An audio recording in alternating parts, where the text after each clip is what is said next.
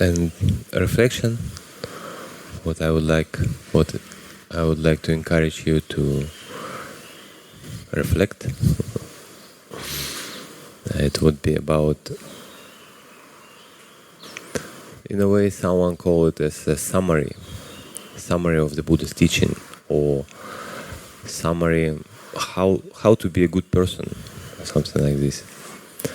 Because, of course, to unwrap this summary, you need to read or study other Buddhist teaching, other suttas, and practice, of course. But someone told me, if you want to memorize some short passage, would include kind of broad things, would cover almost everything in the daily life. This is a short three gathas, 3 lines, something like this. And in commentary they call it Ovāda Pātimokkha, and we may translate it as a Pātimokkha in forms of instruction or exhortation. So we know monks have a lot of rules, Vinaya rules, but in this verse the Buddha describes in summary the basic principle of those rules, what kind of you need to look out for. So it starts from that person should not do any evil or any unwholesome or any bad in a way. So this word papa and the next word is kusala. So they usually come in opposition. Kusala means beneficial, wholesome. Papa means opposite, unbeneficial, unwholesome. And I like literal translation of the word kusala. It's skillful. So something what is skillful. Like if I have a skill, I would not mess things up. You know, I would do, if I have a skill in cooking, yeah, I do cooking properly, and I mean, of course, things may happen, but in general, my result of my work would be quite good and tasty or nutritious or whatever, what I want from this food. And same way, if you skilled in development your mind, in general, skilled, you know, the people who skilled in communication, they would not accidentally harm anyone. Yeah, like if I know which word in which time it's good to say, in which situation it's good to maybe sometimes encourage, or sometimes skillfully share my opinion. Maybe I'm thinking differently than him, but do it. I like Bhante Rahula always use word elegant. You know, do it elegantly. So just nice and know at proper time again. So we call it skillfulness. The same way can be applied in anything. Like if I skillfully know what is good, because next line say undertake or do what is kusala, what is wholesome. So don't do any evil and undertake or do anything what is wholesome, what is beneficial. So for this we need to first know what is good and what is unbeneficial. And this is kind of skill. One thing. Another thing, we need to know what is skillful for our goal, because ultimately some people don't like the words good or bad, because like, what is this good? Yeah, we know in the word what is good for me maybe for others is bad, or other way around.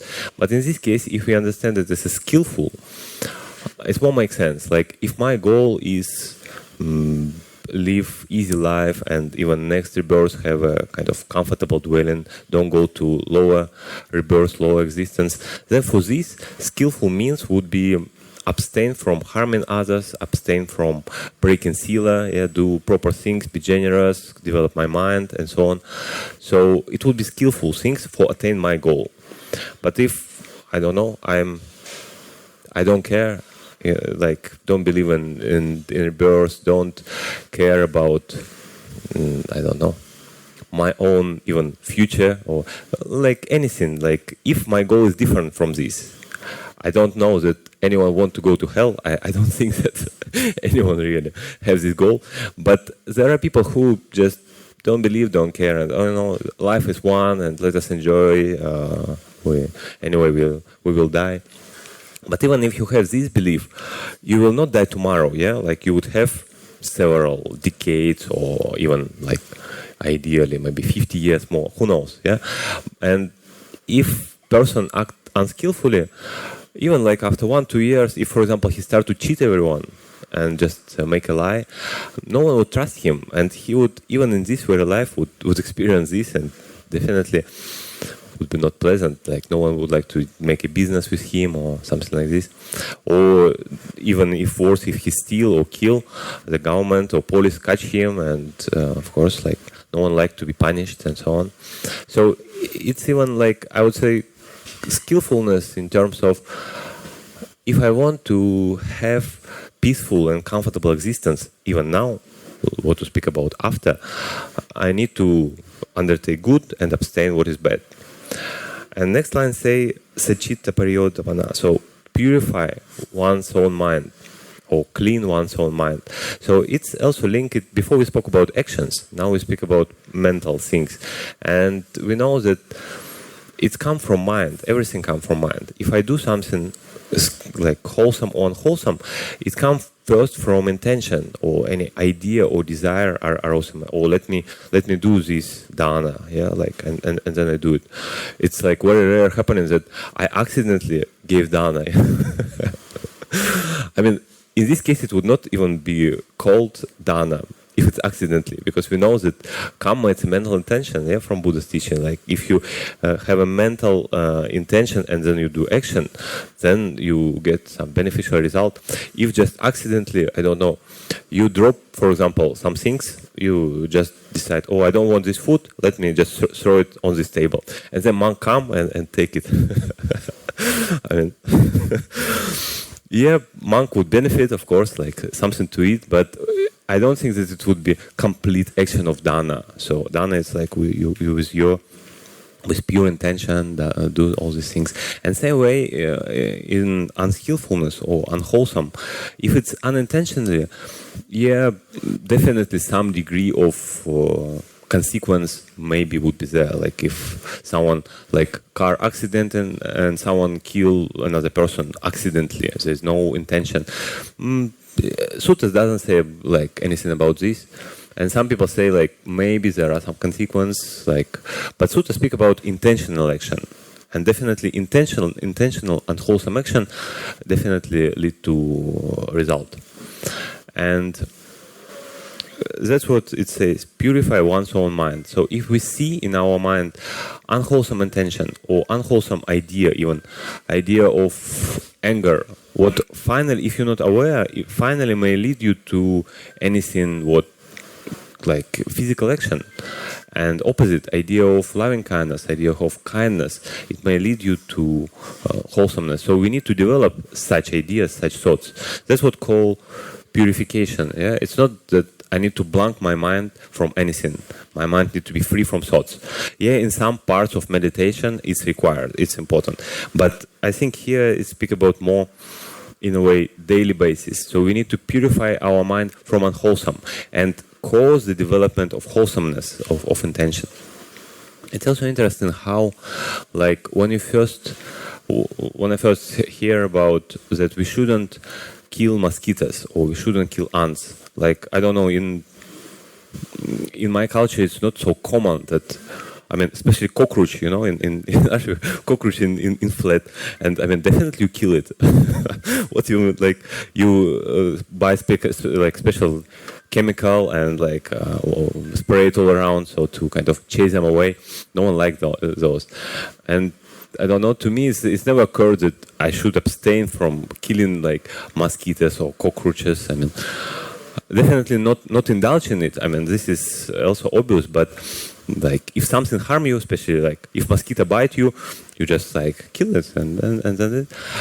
But when you start to be more aware of the mental state, what's happening that time, usually it's arise like dosa or some kind of aversion, like it bites me, yeah, or it's just around, it's disgusting, I don't like it. So it's like mental unwholesomeness, like aversion or dosa, and you develop a habit to just put it in the action. I don't like it, I kill it. Okay, now problem solved. No one bites me anymore. But you still scratch because you feel this mosquito.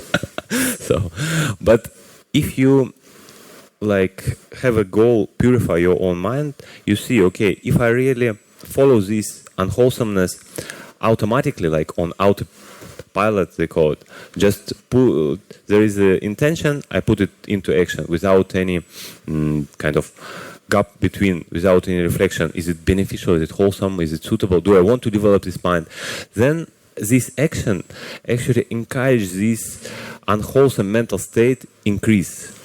The more, because you may be aware, like once you see a mosquito and you kill it, okay, pain disappear, but the act of dosa, the fact that you do kind of this small moment of killing, it's increase your anger. It's like really increase your like unpleasantness with situation. But if you notice, okay, there is an initial like unpleasant feelings and maybe some dosa, or what are you doing here? Like I don't want mosquito in my room or whatever.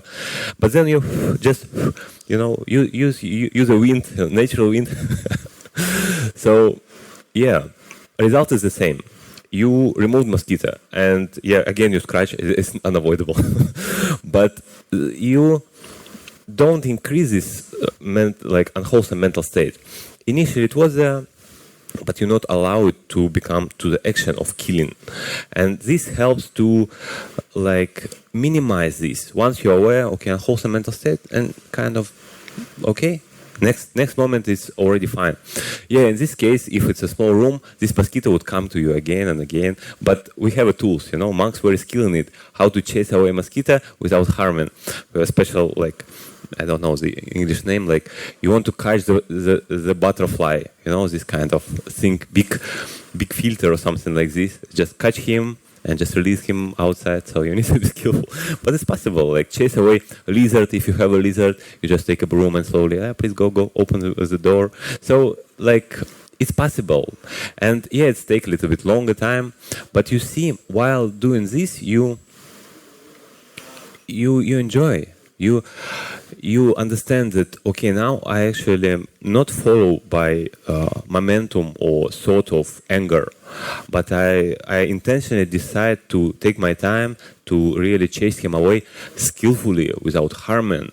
And this already, moment of joy. Amazing, like just from chasing away the mosquito, you can get joy. Because you not kill him, like you, in a way, little bit proud of yourself, or you like, okay, I'm better than this, So this small moment of joy will eventually may help you in samadhi. Then after you chase away mosquito like this with some joy, then you sit and meditate. Much faster you attain your samadhi because you satisfy, you content, you don't have regret. But once you maybe kill mosquito and then sit and meditate, some thoughts may arise. Oh, there was anger and mosquito actually living beings like Buddha. Like I undertook this, like not killing. Then should I come to monk again and undertake precepts? So any kind of reflection, what really disturbs like meditation. Even if it's in a way open awareness, when you are aware of any thoughts, no one likes to feel regret. Even if you're aware of this, especially if you're aware of this. So then, so to say about Khanti, that Khanti, patience or endurance or tolerance, we might say, it's the highest practice, definitely you heard this, Khanti paramanta bodhitikha, like it's, I don't know. I think first things what I heard, becoming a Buddhist monk, even just a Buddhist. So, and also here, again and again, we need to be clear what we need to tolerate and what we don't need to tolerate. So, for example, before we discuss, like, do kusala, don't do bad things, and purify one's own mind. So, purifying one's own mind involves that you not tolerate unwholesome mental state. There is an example of killing mosquito. There was anger, and okay, I tolerate. Okay, anger, what to do? I have to kill it. There's no way. And you tolerate these things, and then okay, after you in meditation, okay, I'm bad. I'm tolerate myself. Like no problem. Like many people kill mosquito. I also killing mosquito, and you kind of try to endure this. It would not even call endurance, but kind of allowing yourself to continue to have that behavior what you would like to overcome actually. So this kind of endurance, it's not what we speak about. We speak about endurance of something what like painful feelings. Like again, example with mosquito. Mosquito bite me, and there is painful feelings. There's no way to avoid it. I endure it for some time. For some time it would be there, and I just endure it. Or I hear some criticism. I endure it. Like there's no way. Yeah, I may draw some conclusion from this. I may reflect. Okay, why it's like this? Is it true, or what I can improve? But these unpleasant feelings, what arise from criticism, unavoidable, and like I can only be aware. Okay, these unpleasant feelings, and kind of let go of this, like and endure, or even we might say endure the praise, because sometimes if we not endure it, we follow it, we may be attached to praise or good words or something like this, or identify with this. Oh, I'm like this, they praise me. But if you endure it, okay, pleasant feelings arise. Okay, I mean, endure pleasant feelings is maybe not ideal expression because we don't need to endure pleasant feelings. Yeah, we don't need to tolerate them. We like them. But what I speak about, it's don't really attach to them. Don't be accustomed to them. Okay, like now I'm like this. I'm always experience pleasant feelings, and kind of man or pride can arise. But in this case, okay, pleasant feelings arise. What's a course for this? Maybe reflection and just pure endurance of any state in a way. So, and also interesting. Like usually when any Ajahn come to our monastery, like big Ajahn, Bhante always ask him, or often ask them question like, what's the secret how to become a monk for so long time? You Ajahn like 20, 30, 40 plus. What's the secret? What to do? And most of them mention the Khanti, endurance. Or in another word, I think someone tell like, oh Bhante, what to do? How not to disrobe? And the answer is just not to disrobe. Just endure these things, like, because time after time it's a long part. Like any ideas may arise or any unwholesome mental state. Monk life is not always like on the top when you enjoy things. Same way as any life. Like when you start to practice meditation, maybe at the beginning at some point you feel improvement, you inspired, but then you feel it's equal, like almost the same, and you reflect. Okay, I have the same raga dosa, I have the same anger or like desire. Why I meditate? What's the point of this? This kind of reflection may arise, and in case of monastic life, it may lead to, okay, maybe let me go and work and do dhamma. At least I can do something good, because here I look like I waste my time. I mean, in best case, in worst case, just maybe a sensual desire. So, and yeah, Khanti, just endure this. This reflection arose, this kind of doubt arose, or anything, and just avoid, like, just avoid act according to this immediately. Give a proper reflection, like, okay, what's the benefit? Speak with wise people, with teachers, like why I do this, and like again, what's the benefit in this? And then maybe if really it's remained for a very long time, maybe it's good to change something in your practice. Maybe this method not work. Maybe it would work something else. So you see, we even didn't finish the whole Pātimokkha in brief. But long story short, I wish you to be aware that in your mind, whatever is happening, like wholesome, unwholesome, and if you know that this wholesomeness lead to beneficial result, develop it. If you know that it's unwholesome, lead to unbeneficial result, not blame yourself, but just try to avoid it. And that's it, and you will be happy. Sadhu, sadhu, sadhu.